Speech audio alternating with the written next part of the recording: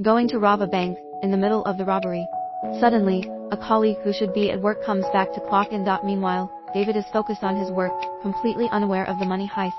Upon hearing some commotion, the colleague approaches and realizes what's happening just by looking at the scene.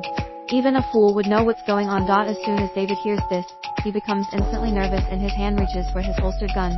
"You want to know what I should do?" "Oh my. You're right. There's no overtime. I'm just observing the electric scene. As soon as I left, he breathed a sigh of relief and continued moving the money. It took him a full 2 hours to fill up the entire van. After finishing, he immediately removed the surveillance cameras and stole the surveillance tapes. However, he happened to miss the last one. At this moment, David is already eagerly celebrating, unaware that he's being monitored. But then things take a turn for the worse because the money is being loaded too slowly, and the rear door of the vehicle can't close properly. David decides to get inside the cargo compartment to arrange things, but the door won't open from the inside, and David ends up getting himself stuck, of all things, causing his own demise. The two-way radio is also outside the vehicle, so he's trapped in there. The police haven't arrived yet, but he already confessed in advance. However, with the van full of money, there's no way David would easily give up. He plans to crawl through the small window in the driver's cabin, fully expecting something to go wrong. Sure enough, he gets his big butt stuck.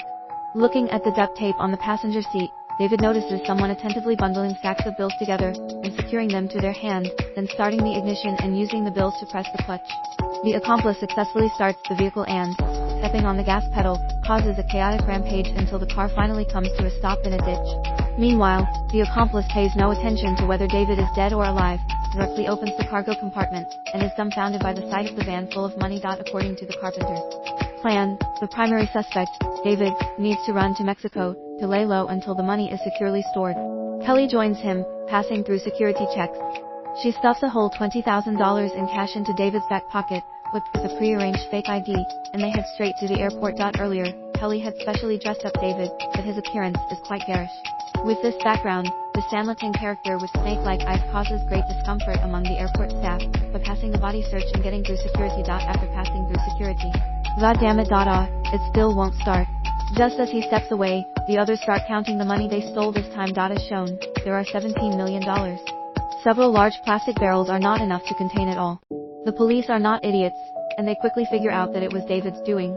Meanwhile, David has changed into a bright denim outfit, and is enjoying the sunny beach and ocean view, urging Kelly to hurry up and join him. But little does he know, the carpenter betrayed him in order to keep the stolen money all to himself, and has already reported him to the police. Although Kelly feels sorry for him, she has no choice but to accept the reality. It didn't take long for the police to arrange a banquet. Luckily, David is agile enough to jump ship at the critical moment and escape unharmed. Thinking that the ordeal is finally over, the carpenter starts splurging with his whole family, living in a luxury mansion, buying luxury cars, and living surrounded by piles of money every day. Until David calls again and reveals that he managed to evade the police's pursuit. However, David is completely unaware that he has been betrayed and has no knowledge of the carpenter's true identity, so he asks Kelly to send more money. In the process, he